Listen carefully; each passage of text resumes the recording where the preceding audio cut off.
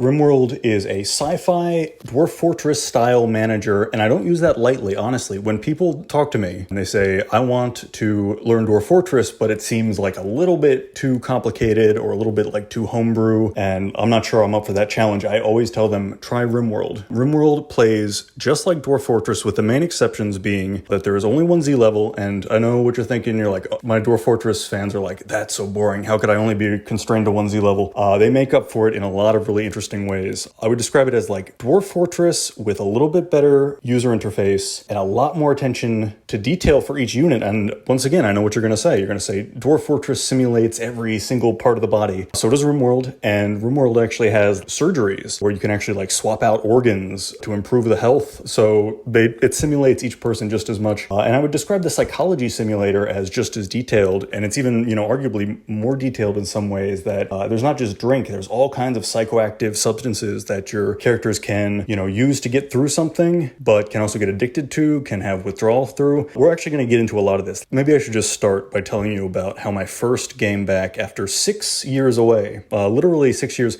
and I know it was 6 years because apparently Rimworld has save backup support on the Steam cloud. I guess that's pretty common these days, but I found my old saves from 2017, but I have to start a new map to relearn everything. So I went ahead and I started a new map, and one thing that's very interesting that I would describe as more detailed than exists in Dwarf Fortress is the temperature. Dwarf Fortress definitely has temperature rules, but in this case you have to refrigerate food, you have to literally run refrigerators, run heaters, and it's a much more constant part of your day is like dealing with temperatures and making sure that electrical systems don't go down. That's the other thing that makes it more interesting as well. There's only one Z level, but on that one Z level, you're going to be running electrical wires, you're going to be setting the flooring, you're going to be setting roofing. So there's a lot of sub-layers to that one Z level that you can really get into. It's very, very addicting. So yeah, let me just take you through my first game back. It's already been really exciting. It's really kind of blown my socks off, knocked my socks off, I guess. Blown my hair back? What's the expression? Doesn't matter. You jump in, you choose an AI storyteller. There's one that's kind of random, there's one that's kind of peaceful, and there's one that's kind of classic. The AI storyteller is just going to be the rules, the personality of the procedural generation for you. So like events that are in the mix, and your AI storyteller is going to choose to hit you with. Other people can crash land there. Maybe they just hit the ground and they're bleeding out and you have to pull them out of the cockpit and save them, but then you can get like a surgeon or something, or raiders will attack, traders will come, stuff like that. But so because I'm still, I was learning again, I did peaceful/community builder. You can mess with that. You can change the setting whenever you want.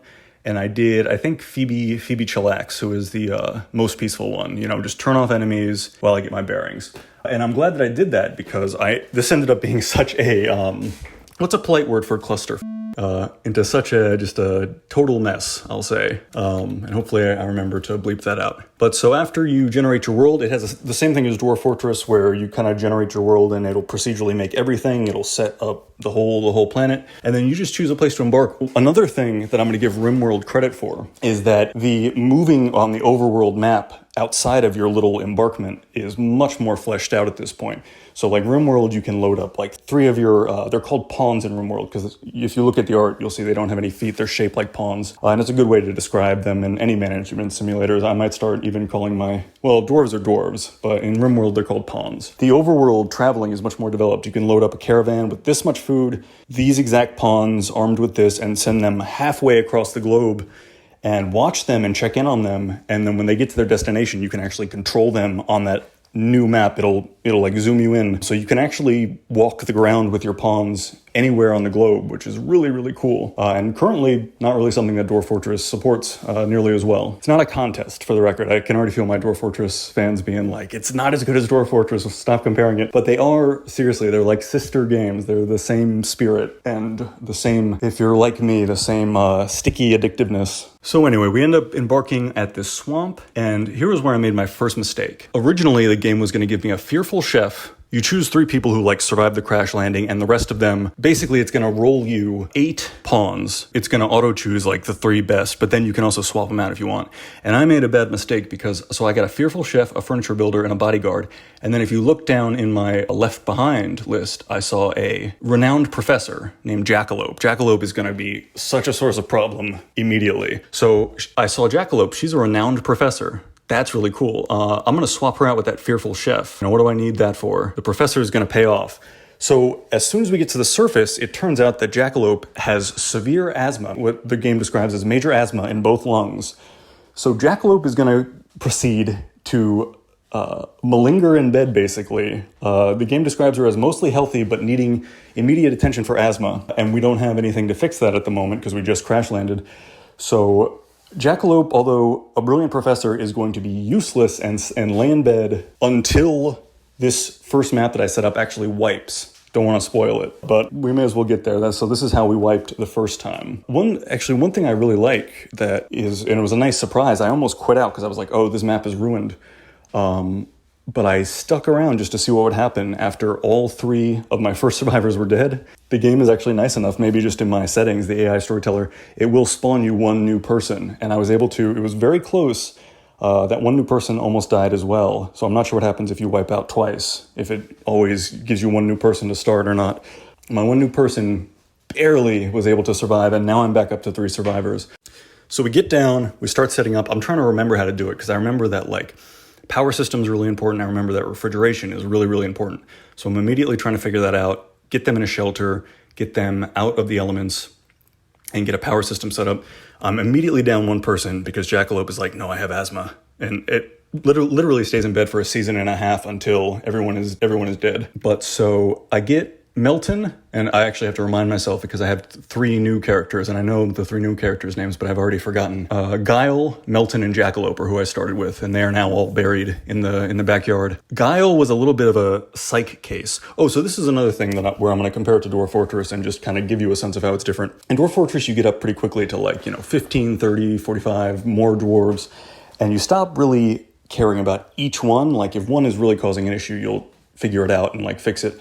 But Rimworld is much more kind of intimate, I guess. It's going to force you to really check in with your characters more often, and you're going to have fewer pawns. It's not going to be 100 pawns in a Rimworld map. It might be, I don't know what the max is. I guess I've seen other people do, have dozens and dozens. A lot of them are going to be 10 pawns or something like that. At least that's my impression, jumping back in after a long hiatus. But so Guile was immediately kind of fragile, and he was seeming like he wasn't going to be able to take it. And that makes sense because, they're both taking care of Jackalope, who is now occupying our only medical bed. But so where things went wrong was when it is called a thrumbo. So this is a new creature that you have to learn, I guess. In Rimworld, it's just an alien, but it has very valuable pelt, and we were also starving at this point. We hadn't been able to get refrigeration up yet. So even though we were hunting for animals, the meat was going bad too quickly. So we went for it. We tried to hunt this thrumble, which is a big, powerful animal, mostly peaceful, but can attack you back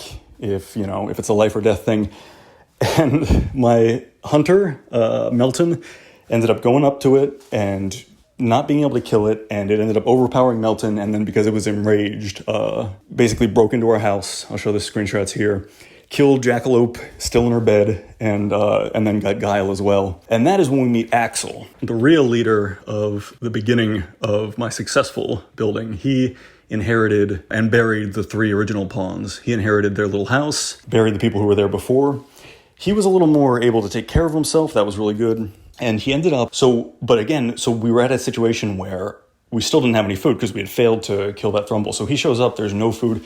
And he's also hungry from traveling. Like I said, the overworld simulation is especially detailed. So it's going to keep track of wear and tear on their clothes. It's going to keep track of, if they shot their gun, the quality of the gun goes down. It's going to definitely keep track of how much food they have in their satchel and in their belly. So he was already kind of starving. So I was like, you gotta figure this out. Grab one of the guns, and I send him out to hunt, and he gets injured hunting, but it's okay. And then there's animal attacks are one of the things the storyteller would challenge you with. There was also a mad elk or something that kind of ambushed him, and he killed that one too. But so he made it to within 10 hours of bleeding out, just in the hospital bed, unconscious, very injured. Oh, one of the cool things is that the thrumble actually bit Melton's head clean off, which is pretty cool. I'll see if I can find that screenshot. But so Axel is just a fighter. He pulled through and was able to wake up, and then we just got everything going. We got the freezer set up. Oh, so the next bit of good luck in the game being nice to me is that we had somebody who arrived in tattered clothes and begging not to be turned away. They said they had nowhere else to go. And his name is hard to actually remember. I said I was going to remember Demostanese. Demostanese. I'm going to call him Demo, because I struggle over Demostanese every time. But his name is Demostanese. We're going to call him Demo. So he's a diplomat. He couldn't help out with the hunting or defending, but he was at least an extra pair of hands, and that's when we started to anchor again. I was like, okay, I got this. I can figure this out now. We ended up setting up prisoner quarters, which are really important. So that's another cool thing. Like, Dwarf Fortress has the dungeon system, which is pretty interesting. But Rimworld has a whole system where you can capture prisoners, and you can even use them for like organ harvesting, like really, really dark stuff, darker than Dwarf Fortress. But what you can also do is just be nice to them, feed them, tend to their injuries if they have any, and they will eventually join your group, call it Stockholm Syndrome, or just call it they're appreciative to you and they see the light. Yeah, so that's actually important, is like in war, to take prisoners and then heal them and convert them is a great way to build out your ranks, especially with like skilled fighters and things like that. So we got prisoner quarters set up and we've got powered all of it. We now have a freezer, and Axel, he was an assassin. That was his class before he even arrived. So he's pretty good with weapons. So he's actually become a really good hunter. So he just goes out and hunts. And then we ended up getting Squirt, which Squirt has been almost as annoying as Jackalope, because while Squirt can work, we saved him from... So this is how I tested the overworld caravan system. I sent Axel on a solo mission to a prison camp, about 3 days walking from our camp. And it wasn't very heavily guarded because, I had my settings low for it being easy. But so Axel rolls in and we save Squirt from being imprisoned. We shoot the lock off the door. We take Squirt with us. It's another 3 days home. They both got food poisoning on the way home because they were eating berries and not experienced with what berries to eat, I guess. That's the level of simulation I'm talking about, like really cool stuff like that. But so they barely make it home. Squirt's like already having a mental breakdown because, he's just saved from being a prisoner. It makes sense. So we get him home and we're feeding him. And then I realized that so the quest was Squirt found a radio. That was the procedurally generated situation, and said, help, I'm captured by pirates somewhere near you. Just, if you can come help me, I'll join you. I'll be loyal. So we did that, we just completed the quest successfully. So when we get him back and actually have a look at him, he is a desperate alcoholic. And because he's been in prison, he hasn't been drinking. So he is he's going through like withdrawal, like serious alcohol withdrawal. So he hasn't been super helpful to lifting around here. He's almost cured. We've almost got him dry just because there haven't been traders. We haven't been able to find booze for him. So he's just kind of struggling through it, but he is almost sober now, which is good. But, obviously that's very stressful. So he was like always at risk of a mental break. He was very fragile, kind of like Guile was with the first 3 survivors, where he's always kind of seems like he might pop off at some point. So I tried to have him smoke, it's called Smoke Leaf. That's what it was. So they're called smoke leaf joints, and it's, it's like what it sounds like. A lot of the drugs have analogs that you can guess what they would be in real life. But so I was like, okay, you're withdrawing from alcohol. We don't have any alcohol to make that easier for you. I don't want you to go crazy or have a medical event. So why don't you try smoking some smoke leaf? We have discovered that Squirt is like a fainting goat when it comes to smoke leaf. He doesn't dislike it. He enjoys it. It gives him a mood boost. But he will be immediately incapacitated, collapse on the floor, and need to be taken to bed to recover from his unconsciousness. So something about Squirt, I'm not sure what it is, but I've tried like 3 times. Every time he has smoke leaf, he enjoys it, but he smokes himself into unconsciousness and has to be carried to bed to recover. So that's been funny. And that's every time he's about to go crazy, I let him smoke, and then he sleeps for a few days and feels better. Yeah, the medical simulator is really good. Like every organ, I even saw one of the creatures that I checked, it had a minorly blocked artery. So like literally like it didn't have good cardiovascular health, and the game and Rimworld was still keeping track of that. Love this game. I'm definitely super into it again. But so yeah, that's about where we find ourselves. I think since I started playing, I've got over 70 hours total now, but I think like almost all of that was obviously, years and years ago. And I think this new map I've played for, maybe about 3 or 4 hours at this point. We got an electrical system up. We got 4 wood generators. We have an electric smelter so we can, smelt things down and create new things with it. We have lights, heating in the main living room. We have down towards the bottom there, that's our meat locker. We have plenty of food that's just frozen on ice all year. And then right across the way, we have prisoner quarters. And then that in between is a kind of just like a courtyard, like a protected courtyard. Another cool thing about combat is, well, I guess Dwarf Fortress is a lot of shooting too because they use crossbows, but having your pawns like fan out and use cover is like really important because it's a lot of gunplay. I don't know, Rimworld's really, really cool. I'm definitely gonna mix this in. Don't worry, I'm gonna play Dwarf Fortress as much as I ever do. But Rimworld, if you've been like me and playing Dwarf Fortress nonstop and you're like, I want a game that's basically this exact same flavor, but it's a little fresh, then you're gonna get sucked into Rimworld just like I did. But yeah, definitely more Rimworld videos coming. The capacity for it to just generate like really interesting stories and like fun stories I can tell you about is just really unmatched, except of course by Dwarf Fortress, which is, you know, the gold standard of such detailed stories being procedurally generated. Yeah, I don't know, something about Rimworld especially, it really does pop. Like the way it assigns quests and stuff, you really do feel like you have a real purpose of what you should be doing and what's going to be like beneficial and why. I don't know. Something about it is really, really special. I think that's all I have to say for now. I'm sure I'll make another video soon. Thank you for listening. If you made it this far, don't forget to like and subscribe. It does help the channel a lot. And yeah, let me know what you think. How much overlap is there? You know, I'll ask my community, mostly Dwarf Fortress players who are subscribed. But like, how much overlap? If you're not all playing Rimworld, you should maybe think about it, because these two games are really, it's like, well, in America, we say like peanut butter and jelly, but I know that in other countries, peanut butter is like this gross idea. So use your own, like peas and carrots or anything like that. Like two things that just go together like just beautifully. You wouldn't want to be without either one of them. Anyway, thanks for listening, and I'll catch everybody in the next one.